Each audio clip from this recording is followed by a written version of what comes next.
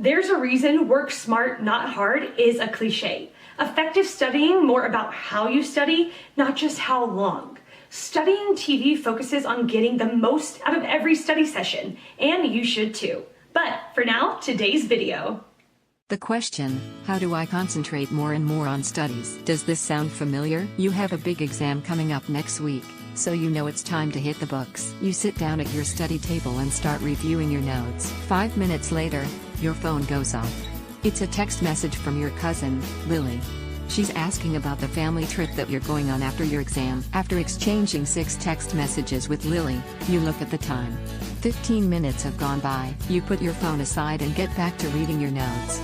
10 minutes later, you get the sudden, overwhelming urge to check your Facebook news feed. You only intend to spend a few minutes on Facebook, but you end up browsing through 3 photo albums, commenting on 4 statuses, and watching 2 videos. You decide to update your own status, life dilemma, study for exam, or check Facebook. Facebook wins. All of this takes you another 20 minutes. But there's hope.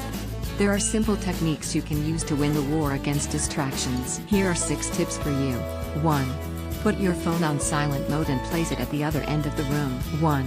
Put your phone on silent mode and place it at the other end of the room. If you own a smartphone, you know how distracting it can be.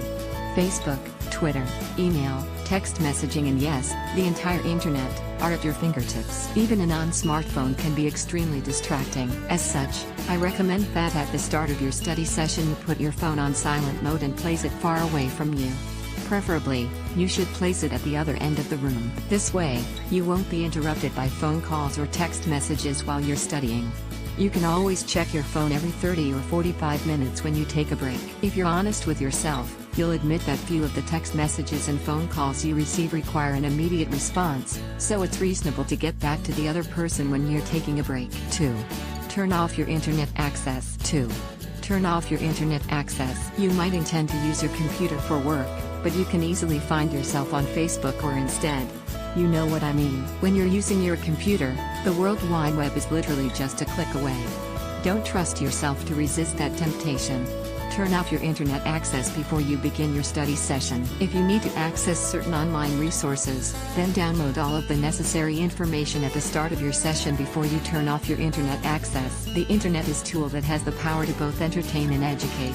By turning off your internet access when it's time to focus, you're harnessing the power of the internet effectively. 3. Take a deep breath when you're about to get distracted. 3. Take a deep breath when you're about to get distracted. Distractions come in waves. The urge to watch TV, clear your room. I'm sure I'm not the only one who feels like clearing my room when it's time to be productive, right? And check your phone attacks you suddenly, and it can often be overwhelming. But these intense urges only last for a short while. If you're able to resist that initial wave, you'll be able to carry on studying instead of succumbing to temptation. Here's how to fight off the urge when it hits you. Close your eyes. Breathe in for 2 seconds, then breathe out for 2 seconds. If the urge still persists, repeat until it goes away. Close your eyes. Breathe in for 2 seconds, then breathe out for 2 seconds. If the urge still persists, repeat until it goes away. Using this simple technique, you'll spend 4 to 8 seconds breathing deeply, after which you'll get back to work. If you don't use this technique, you'll probably end up getting distracted for 15 minutes, or even longer. 4. Ask people to give you privacy. 4. Ask people to give you privacy. I'm sure that something like this has happened to you before while you were studying. Your mom came by to ask you about your day. Your friend dropped by to chat. Your younger brother asked you for help with his homework. Your sister asked you for advice. The list goes on. Don't get me wrong, relationships are important. I firmly believe that, in many ways, the quality of your relationships determines the quality of your life. But when you're studying, interruptions can be especially disruptive. Just before you begin your study session, I recommend that you go up to the people who are most likely to disturb you and say something like this: "I have an exam coming up next week, so I need to focus. Would you please give me some privacy for the next 2 hours and not interrupt, unless it's something really urgent?" When you make such an intentional effort to ask others to respect your privacy and your commitment to academic excellence, they're likely to show you that respect. 5. Get 8 hours of sleep every night. 5. Get 8 hours of sleep every night. As a student, it seems almost impossible to get enough sleep. There's always so much homework to do, so many projects to work on, so many activities to participate in, so many friends to hang out with, and so many parties to go to. Compared to all of these things, sleep seems so unimportant. But sleep is vital if you want to perform well academically. It's an established scientific fact that sleep affects your memory, concentration and brain function. If you're not sleeping enough, you're not setting yourself up for success in your student life. When you're sleep deprived, you'll also be easily distracted. Here are some ways to help you get to bed earlier. Have a nightly bedtime routine. Wind down at the end of the day by reading a book. Don't drink caffeine after 3 p.m. Go to bed at the same time every day. Set a nightly alarm to tell you it's time to go to bed. This has been exceptionally helpful for me. 6. Think positive. 6.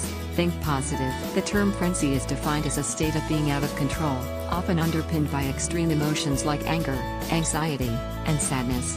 These emotions are powered by an almond-shaped gray matter found in the cerebral hemisphere, the amygdala. This structure in our brain reacts intensely to negative emotions, which it sees as signals of potential threat. Functional brain MRI shows that as the amygdala deals with negative emotions, it also inhibits the brain's ability to focus on and solve problems, and perform other cognitive tasks.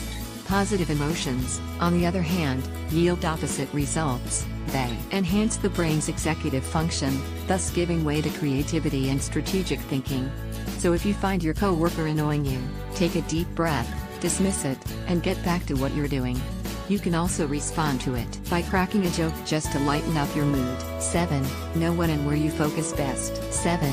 Know when and where you focus best. Studies show that people are most able to maintain their peak focus for an average of 1 to 2 hours a day. Thus, you may want to be highly productive within those few precious hours. Results further reveals that most people focus very well in the late morning. For true night owls, which are far and few between, the best time to focus seems to be later on at night. So save your most creative or mentally grueling tasks for when you are most focused. Research also show that when it comes to creative tasks, people focus best away from the office. So know which particular times of the day are the most conducive for you, then allot your important tasks for those moments. 8. Integrate the ABC and spider techniques. 8. Integrate the ABC and spider techniques. Distractions are a form of alert that calls for your attention onto something that could be potentially dangerous. They come in many forms: sounds, emotions, wayward thoughts, and circumstances. Fortunately, you can train your brain to automatically stop them from derailing you and hijacking your focus. To be able to do this, you must utilize your brain's brake pedal ABC technique. A stands for awareness, which allows you to pause whatever you're doing at the moment and recognize the distraction. B stands for breathing deeply and reflecting on your options. C for choosing mindfully and deciding on what to do with the distraction. Either you deal with it or dismiss it. Another deceptively simple strategy is the spider method, which was conceptualized from a spider's ability to identify false alerts. Try holding a vibrating tuning fork right next to a web. You will notice that the spider will react and look for what is causing the web to vibrate. As you do it several times, you will see that the spider tends to wise up and recognize that there's no bug trapped in its web at all, so it stays still. You can adopt this trick by training your brain not to give into existing distractions. Like when someone rushes into your room and slams the door, choose not to react. Instead, ignore it or keep your focus on what you're currently doing. 9. Stick to the mantra, be here now. 9. Stick to the mantra, be here now. For decades, mantras have been used by people to keep their eyes on the prize. Nowadays, educators recommend this technique to their pupils who find it hard to concentrate. A popular phrase that has proven effective in training your brain to focus is be here now. Every time you find your mind wandering elsewhere, tell yourself, be here now. When you find yourself drifting off again, say, be here now, until you finally get used to doing it. Clear your head of all the distractions, so that you can attain the power to focus. Power to focus. 10. Give priority to most challenging and important tasks. 10. Give priority to most challenging and important tasks. If you have this tendency to take care of no-brainer tasks ahead of the tougher ones, then it's time that you reverse the order. Prioritize all the tasks that demand a lot of your concentration and creativity, so you can accomplish them long before your energy gets sapped. This is ideally done in the morning, when your brain is still fresh and sharp.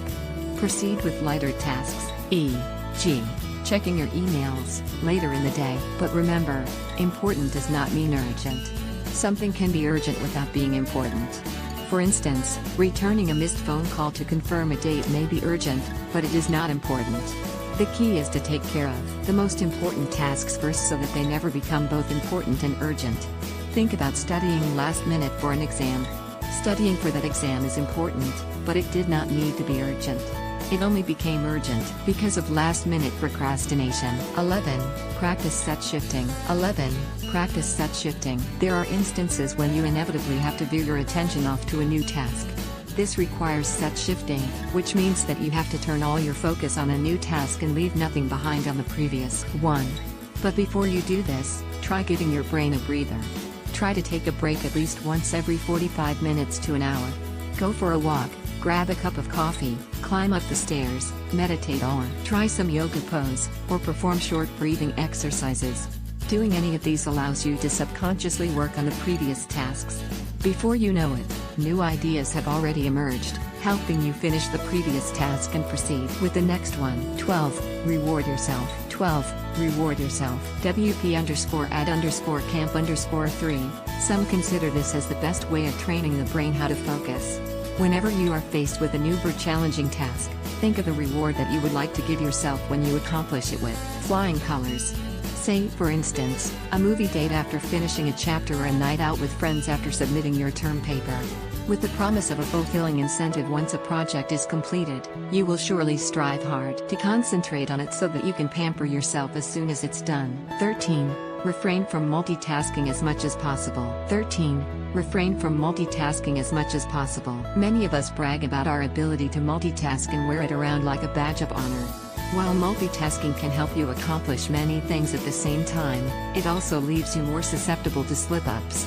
Sure, it is an important skill to learn and maintain at particular situations, but it also has its own disadvantage. David Rock, author of Your Brain at Work, asserts that when you multitask, you are likely to miss subtle cues, fly off the handle, make inadvertent mistakes, and become very vulnerable to distractions.